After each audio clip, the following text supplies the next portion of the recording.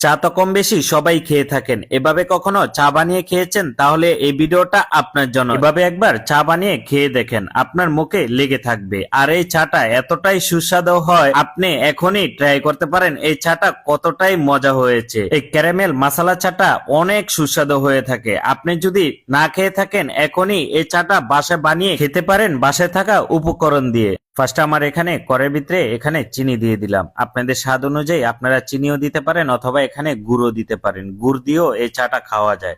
তো ফার্স্টে চিনিটা আমি খুবই সুন্দর করে ক্যারামেল করে নিচ্ছি। আর অবশ্যই কড়াইয়ের হিটটা হালকা হালকা রেখে আপনারা ক্যারামেলটা তৈরি করার চেষ্টা করবেন। ক্যারামেলটা তৈরি করার জন্য আপনারা কিন্তু বেশি ক্যারামেলটা কালো করে নেবেন না, তাহলে কিন্তু চাটা তিতকুড়ি হয়ে যাবে। আমি কিন্তু ক্যারামেলটা একটু লাল লাল করে ক্যারামেল তৈরি করে নিচ্ছি।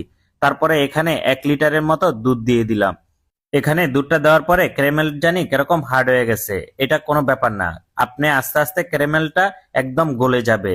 দুধটা যখন আপনি জাল দিতে থাকবেন, ক্যারামেলটা দেখবেন আস্তে আস্তে গলে গেছে। আর এভাবে করে এই দুধটা অনেকক্ষণ ধরে কিন্তু আপনাকে জাল দিয়ে নিতে হবে। এই চায়ের ফ্লেভারটা একদম হোটেলের স্টাইলের মতো। এই চায়ের ফ্লেভারটা আপনি বাসায় এখনই বানিয়ে খেতে পারেন আমার স্টাইলে। তারপরে এই দুধটা আমি অনেকক্ষণ ধরে খুবই সুন্দর করে জাল দিয়ে নিচ্ছি।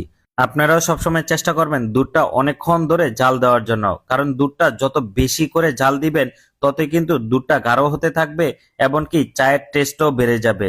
অনেক সময় আমরা কি করি, দুধটা ভালো করে জাল না দিয়ে আমরা পাতিটা দিয়ে থাকি, তাহলে কিন্তু চায়ের টেস্ট ভালো আসবে না। এখন এখানে 1 টেবিল চামচের মতো বিস্কিটের গুঁড়া দিয়ে দিচ্ছি। আর এই বিস্কিটের গুঁড়াটা হলো এনার্জি বিস্কিটের গুঁড়া। এনার্জি বিস্কিট আমি আগেই গুঁড়া করে নিয়েছি।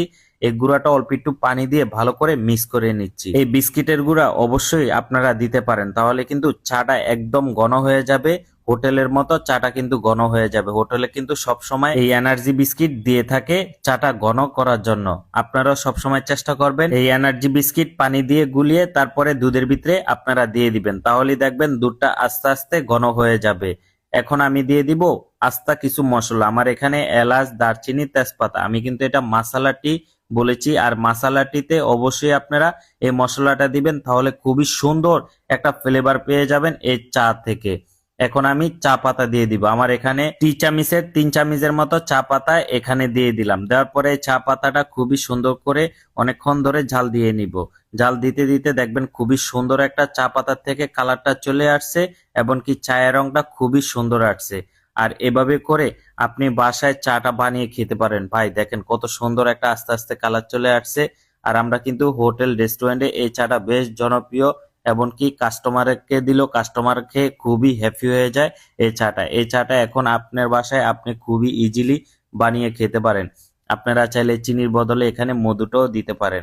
আপনারা যেভাবে চয়েস করেন ওভাবেই আপনারা খেতে পারেন, অথবা আপনারা গুড় দিয়েও এই চাটা তৈরি করে খেতে পারেন। এই চাটা এতটাই লোভনীয় হয়, আপনি একবার না খেলে বিশ্বাসই করবেন না এই চাটা কতটাই সুস্বাদু হয়েছে। প্রিয় বন্ধুরা, রেস্টুরেন্টের সকল ভিডিও পেতে লাইক কমেন্ট করে শেয়ার করে পাশে থাকবেন।